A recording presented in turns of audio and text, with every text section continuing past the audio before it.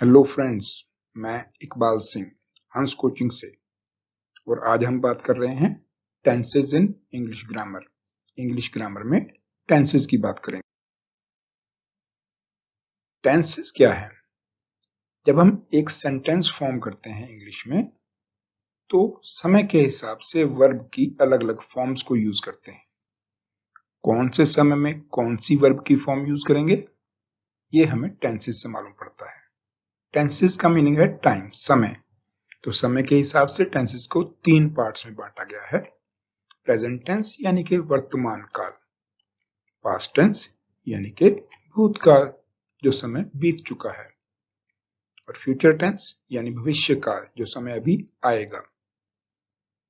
तो सबसे पहले प्रेजेंट टेंस, जो समय अभी चल रहा है।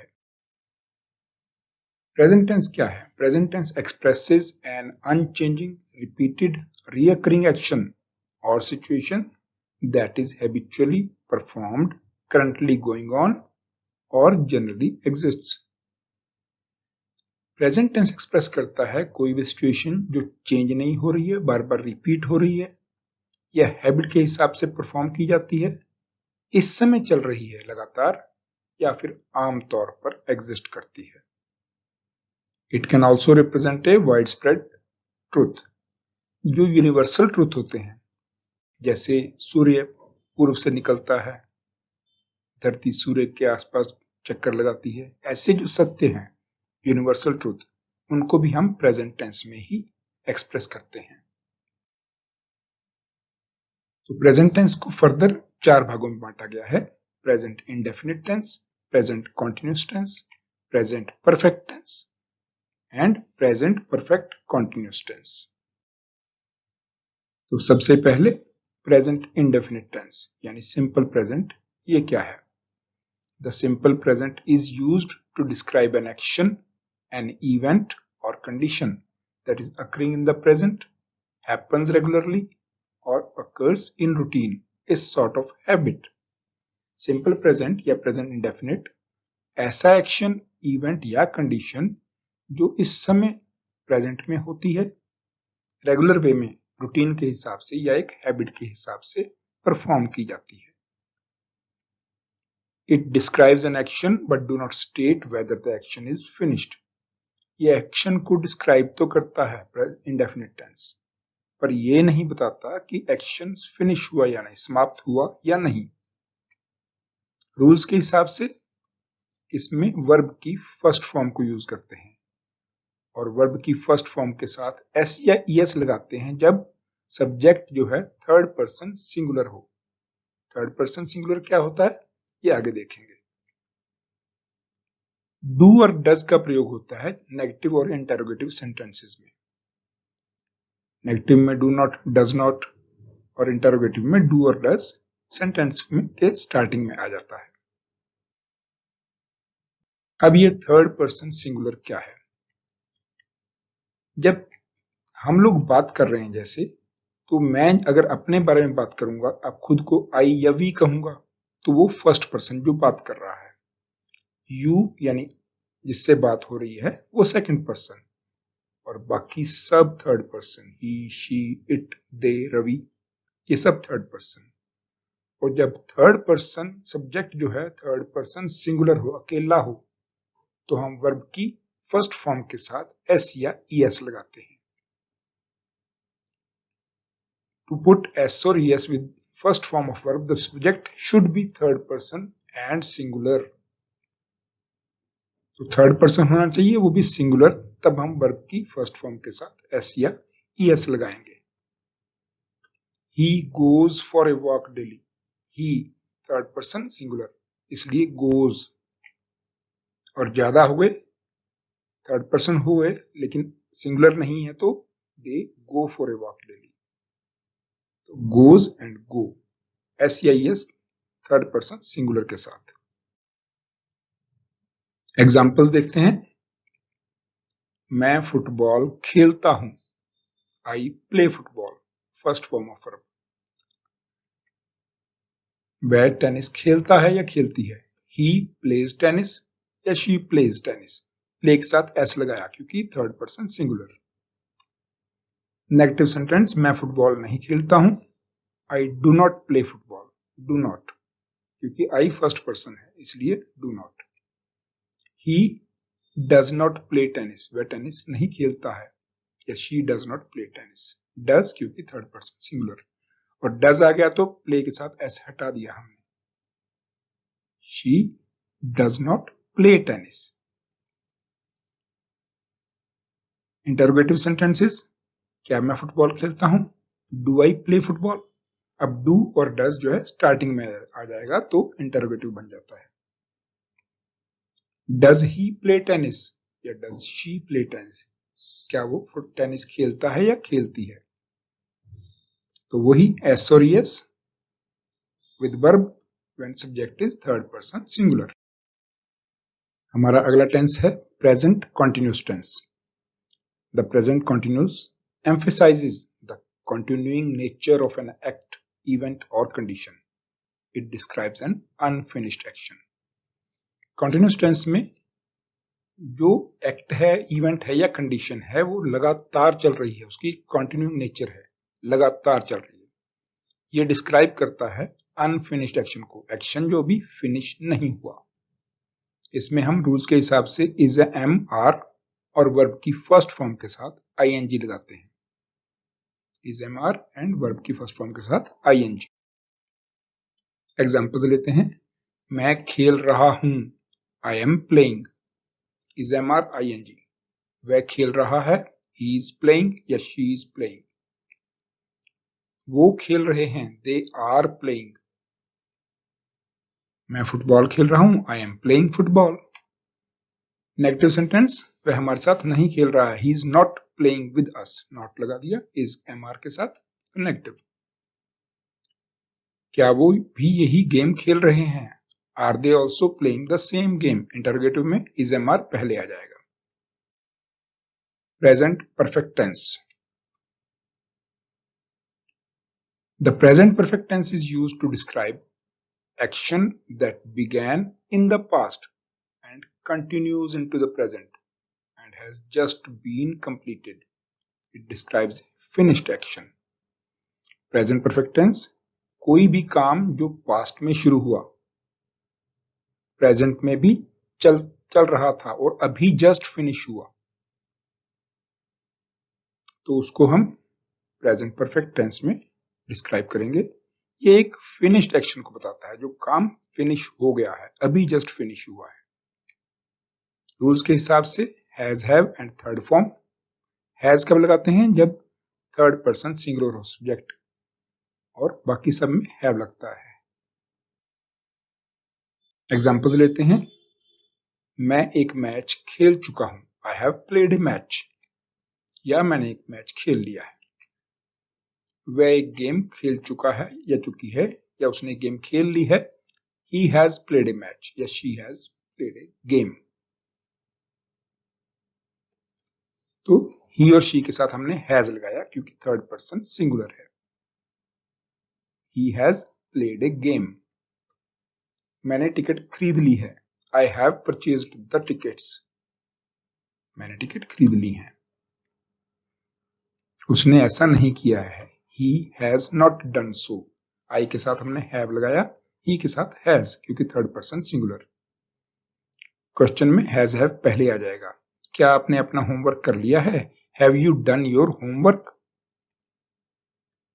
क्या आपने राधा को पत्र लिखा है? Have you written any letter to Radha? Present perfect continuous tense. The present perfect continuous tense is used to describe an action, event or condition that has begun in the past and continues into the present. कोई भी action, event या condition जो past में शुरू हुई और अभी present में भी चल रही है, कंटिन्यूस नेचर में है लेकिन पास्ट में शुरू हुई, तो उसको हम प्रेजेंट परफेक्ट कंटिन्यूस में डिस्क्राइब करते हैं। इसमें हैव बीन या has been first form of verb plus ing. तो हैज बीन कब लगाना है आपको पता ही है, थर्ड पर्सन सिंगुलर हो सब्जेक्ट तो। एग्जाम्पल लेते हैं। I have been playing since 2 o'clock. You have been playing since 2 o'clock. He or she has been playing for 2 hours. They have been playing since morning. Have been, has been and ing. अब इसमें हम since या for का use करते हैं. since कब use होता है, for कब यूज होता है, आइए देखते हैं. एग्जाम्पल लेते हैं. I have been working on this project since Monday. जब हमें टाइम का जो स्टार्टिंग पॉइंट दिया हो तो हम since लगाते हैं, और जब टाइम पीरियड दिया हो तो for. अब मंडे जो है स्टार्टिंग पॉइंट है, इसलिए since. I have been working on this project since Monday. मैं इस प्रोजेक्ट पर सोमवार से काम कर रहा हूं. अगर हम ये कहें कि मैं इस प्रोजेक्ट पर पिछले 2 दिन से काम कर रहा हूं तो फॉर लास्ट 2 days, क्योंकि ये टाइम पीरियड आ गया, स्टार्टिंग पॉइंट नहीं दिया. 3 बजे से काम कर रहा हूं तो सिंस 3 o'clock, क्योंकि स्टार्टिंग पॉइंट दिया है. 3 घंटे से तो फॉर 3 hours. 1999 से तो सिंस 1999, और 5 साल से कहेंगे तो फॉर 5 years. तो जब टाइम पीरियड समय की अवधि दी है तो फॉर लगाएंगे, जब स्टार्टिंग पॉइंट शुरू करने का समय दिया है तो सिंस लगाएंगे. तो अब शुरू करते हैं हम पास्ट टेंस, बीता हुआ समय. Past tense expresses an action और situation that was started and finished in the past. तो कोई भी एक्शन या सिचुएशन जो बीते हुए समय में पास्ट में स्टार्ट हुई और पास्ट में ही फिनिश हो गई, तो उसको पास्ट टेंस में एक्सप्रेस करेंगे. पास्ट टेंस को भी हम 4 पार्ट्स में बांटते हैं. Past indefinite tense, past continuous tense, past perfect tense and past perfect continuous tense. सबसे पहले past indefinite tense. The simple past is used to describe an action, event or condition that occurred in the past. कोई भी action, event या condition जो past में हुई उसको simple past या पास्ट इंडेफिनिट में डिस्क्राइब करेंगे. रूल्स के हिसाब से सेकंड फॉर्म ऑफ वर्ब लगेगी इसमें, और नेगेटिव में डिड नॉट और इंटरोगेटिव में डिड जो है स्टार्टिंग में आ जाएगा.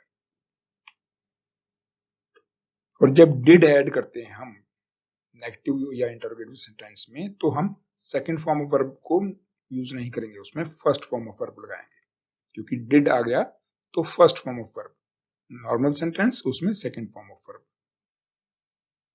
एग्जांपल्स देखते हैं. हमारी टीम ने कल क्रिकेट मैच खेला. Our team played a cricket match yesterday. Second form of verb played. उसने पिछले संडे चेस की गेम नहीं खेली. She did not play a chess game last Sunday.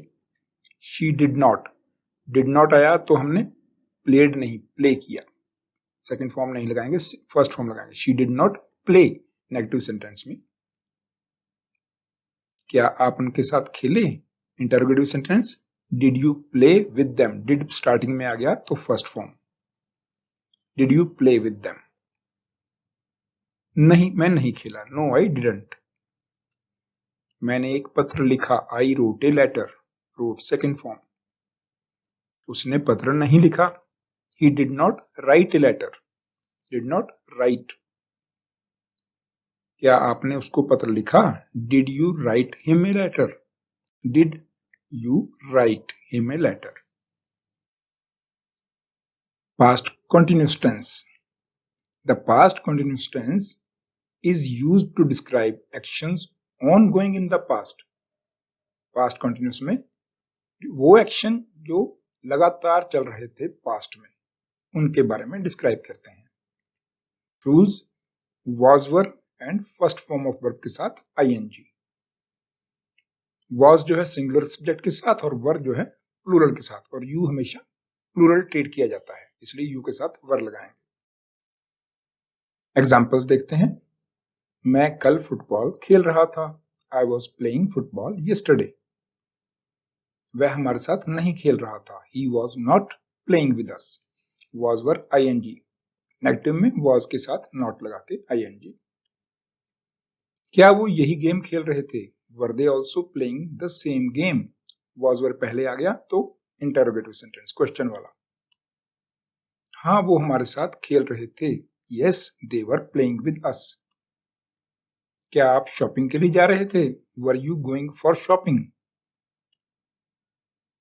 क्या वह पुस्तक पढ़ रहा था? Was he reading a book?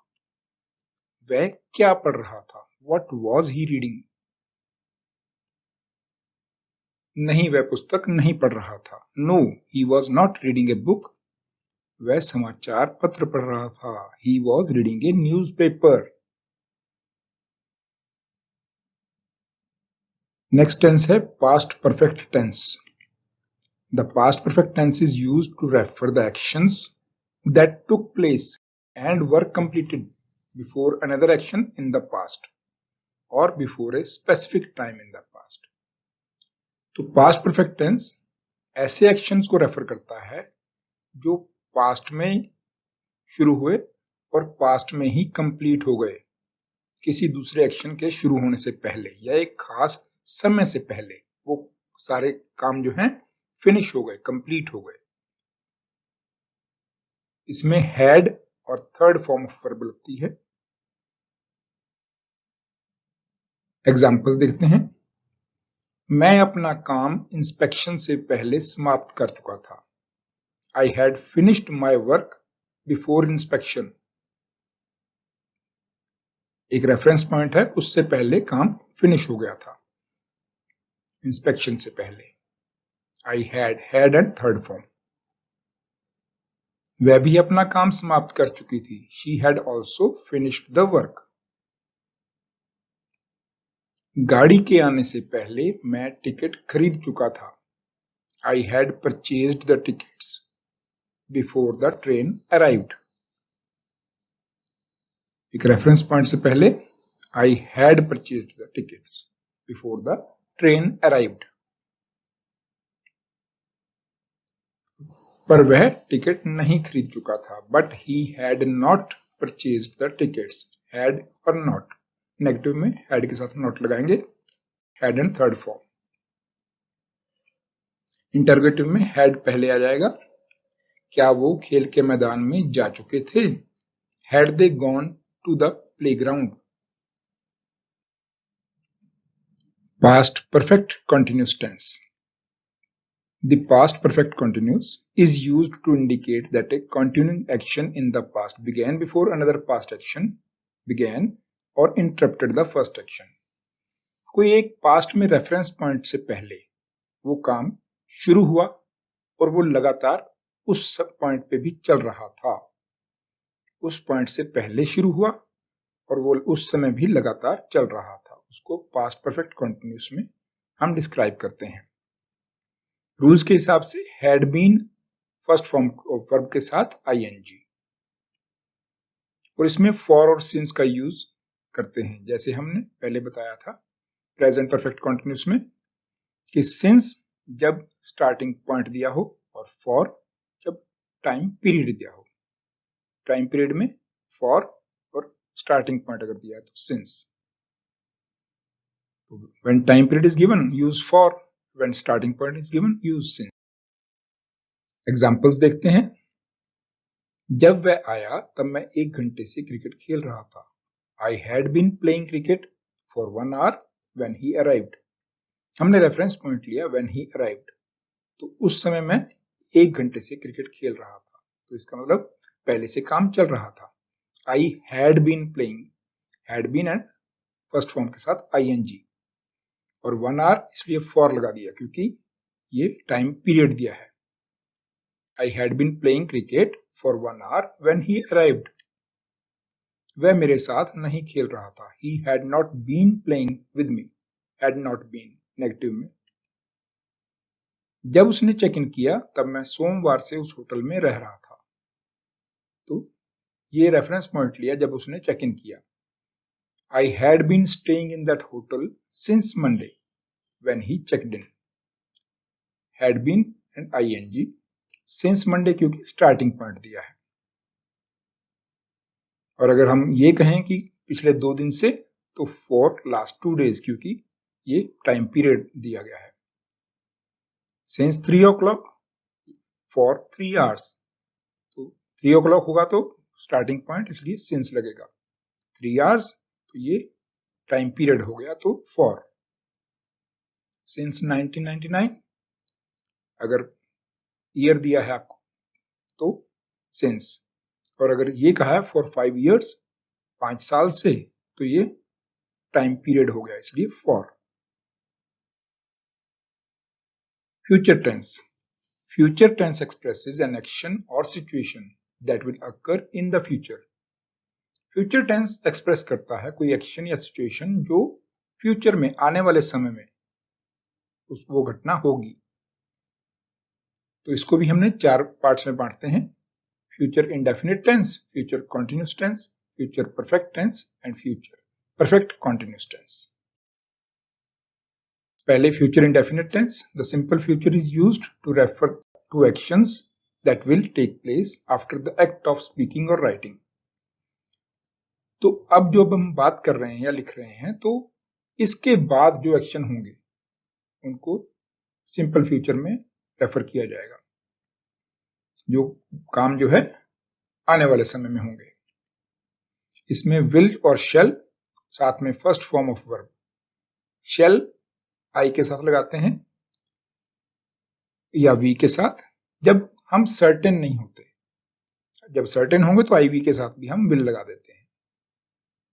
For example, मैं कल एक मैच खेलूंगा, I shall play a match tomorrow. Shall I के साथ शेल लगाया, play first form, shall will and first form of verb. वह मेरे साथ नहीं खेलेगा, he will not play with me. Negative में शेल विल के साथ नॉट और फर्स्ट फॉर्म ऑफ वर्ब। क्या आप मेरे साथ खेलेंगे, will you play with me. Will shell starting में आ जाएगा तो इंटरोगेटिव सेंटेंस यानी कि क्वेश्चन वाला सेंटेंस बन जाएगा। एग्जाम्पल्स देखते हैं। मैं एक पत्र लिखूंगा, I shall write a letter. वह एक पत्र लिखेगा, he will write a letter.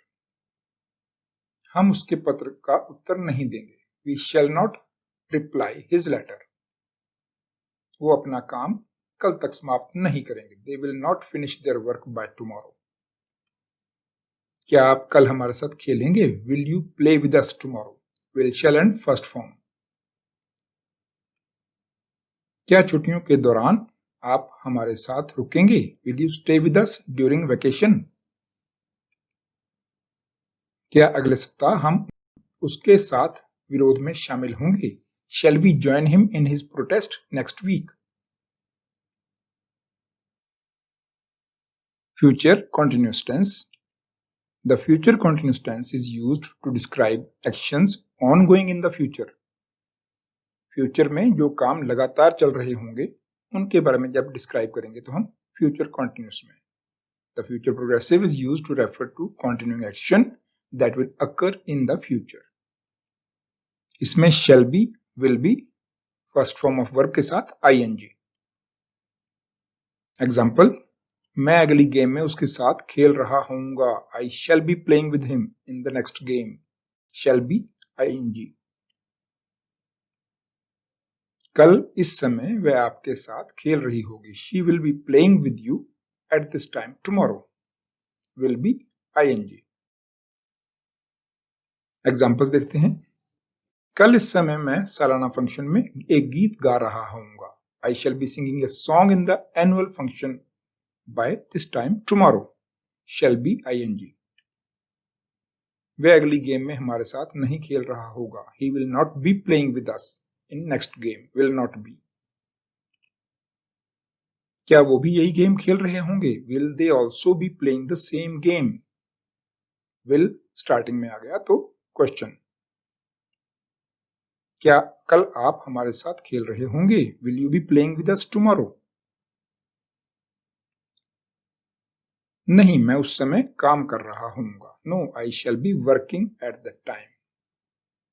तो ये था future continuous. Future perfect tense. The future perfect is used to refer to an action that will be completed some time in the future before another action takes place.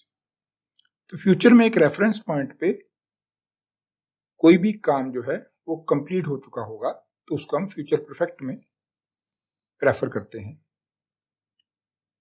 इसमें shall have, will have and third form of verb लगेगी। Examples लेते हैं। मैं अगले Sunday से पहले 2 game खेल चुका होऊंगा। I shall have played 2 games before next Sunday. ये रेफरेंस पॉइंट लिया तो तब तक मैं 2 गेम खेल चुका होऊंगा।